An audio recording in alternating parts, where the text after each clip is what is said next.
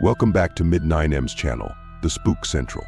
Today we dive into a chilling tale of love, betrayal, and devastation set in a frigid winter landscape. We journey with our tormented protagonist awakening in a serene blizzard after losing consciousness, with a steely grip on his crucial lifesaver, his gun. Trapped in hauntingly familiar surroundings, struggling with physical agony and gripping onto the unraveling mystery of his burning cabin. Will he face his harsh reality or be lost in the blizzard's veil? Join us as we follow his footsteps in the hauntingly beautiful snow. Let's unravel this icy tale together. An icy pain crept through his ungloved hands as he arose from unconsciousness, laid upon a pile of snow. The blizzard had calmed to a lazily falling cascade around him now. A frigid wind picked up the snow and pinched his cheeks, evoking the searing pain in his head. He felt the familiar weight of the gun in his hand and tightened his grip on it as he pulled himself up. Shifting for a second, he regained his balance. His nose was wet above his lip, and every time he inhaled a shaky breath, it made a sound like rusted pipes were in his chest. He raised his hand to touch his nose but quickly recoiled as a withering, intense pain claimed the features of his face. He glanced at his fingertips, now spotted with blood. Broken, he whispered thoughtfully to himself. He had felt this kind of pain before. Turning in slow circles, he shivered as the snow soaked through his thin nightwear. The scenery was familiar to him, but coated in the black of night, it was hard to comprehend. Searching through the screen of falling snow, his eyes landed upon a glowing light in the distance between the trees. The orange, slowly dying light reflected off the ice that was frozen to the trees' thin trunks. As he stared, trying to unpuzzle the pieces of the blur of color, it suddenly dawned on him, and his heart sank. The cabin, the only cabin within a 5-mile radius, his cabin was on fire. Without a second thought, he slung the rifle strap across his chest and plunged through the snow with a wobbling stride, his sneakers sinking into the snow with every step. He arrived at the cabin. The heat of the dying flames had melted the snow surrounding it. The ashes, blown into the air by the icy breeze, mixed eerily with the falling snow as it blackened his white sweater sleeves. It seemed to taunt, to remind him of his unfortunate mistake. He sank to his knees and stared at the horror before him. The snow upon the ground made the flames appear to burn brighter. His family's small cottage, once luxurious, was now shrinking to a pile of ashes. With every step feeling as if needles pierced his body, it took all of his strength to stand up once again on his feet.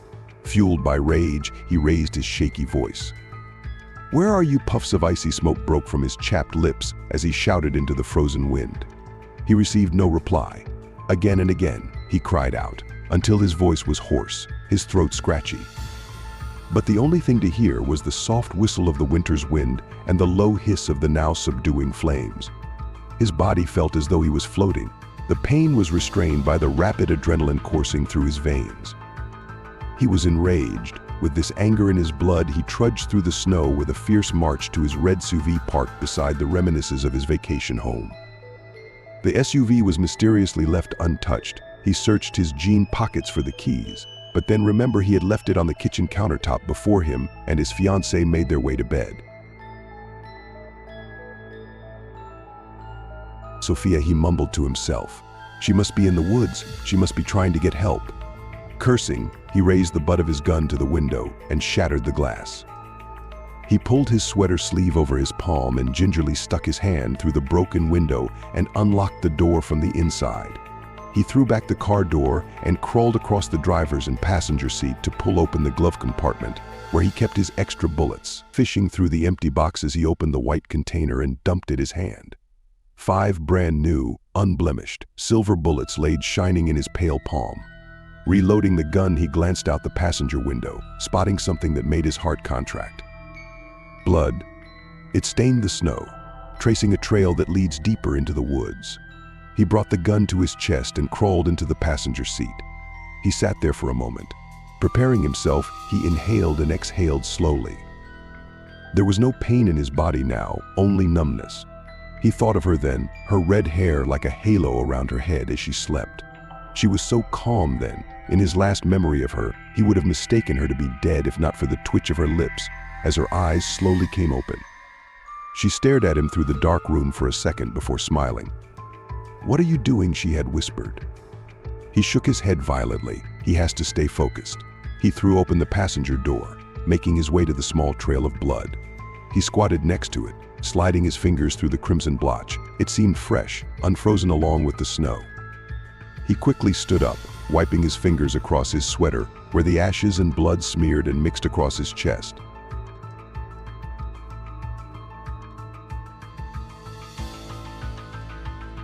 He traveled further into the woods, following the trail of splattered blood.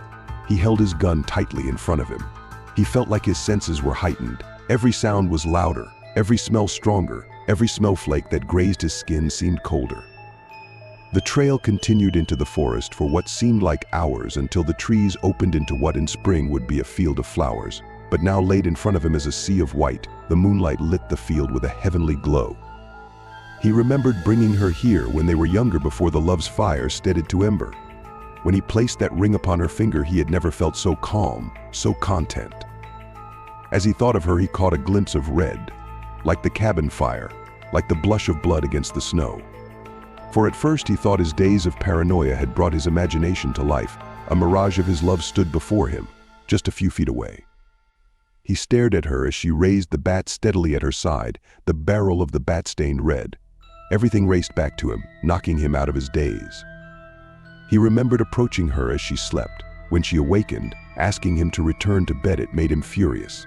For her to act as if his feelings were no matter to her. They would call him crazy for not trusting her, for following her to work, watching her sleep. As he stared at her in the dark, he smiled and approached her. She returned his smile, sitting up slightly so he could get under the blanket. "What do you have?" she whispered, noticing his hand laid behind his back. Nothing, he mumbled a reply before pulling the hidden object above his head.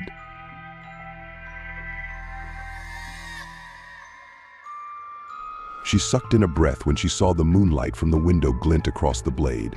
Wriggling away from him, he caught her by her hair, raised the blade, and stabbed her. A deep gash opened up on her side, spilling blood onto her thin nightgown, splattering it onto the sheets.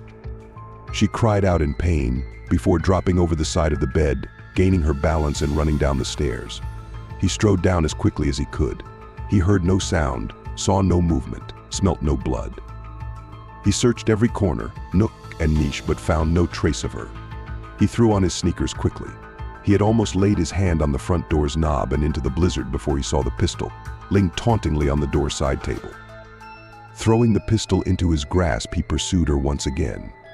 As he opened the cabin door where she stood near the SUV, a bat in her hands, a look of fear and bravery lit her green eyes. He approached her, but as he neared her, she dashed toward the woods. He chased her, nearing with every stride, but he could never quite reach her. As for she turned on her heels, catching him off guard. She raised the bat and swiftly swung it across his head, knocking him out. He stood now in the falling snow, watching her as she shook. She was scared now. The bravery had settled to terror. "Eli," she whispered, but he cut her off. "You hit me, knocked me out," he said, taking on a shocked tone. "You stabbed me," she yelled. "It was for your own good, our own good," he screamed back hoarsely. She shuddered, tears welling up in her eyes. "Eli, I love you, okay? Now put down the G." He was breathing heavy, trying to keep his emotions from swelling to the surface. "Shut up," he screamed, tears spilling down his cheeks, like ice water burning his skin. She jumped, dropping the bat and raising her hands. "Eli, we can start over. I promise I love you." She gripped her side, blood staining her palms, spilling onto the snow at her feet. "There's nothing to start over from. Our fire is ashes," he whispered, and without hesitation raised the gun, aimed and pulled back the trigger. She was left alone in the snow, crying gently for the man she had once loved. Dropping to her knees beside him, she watched as the light left his eyes.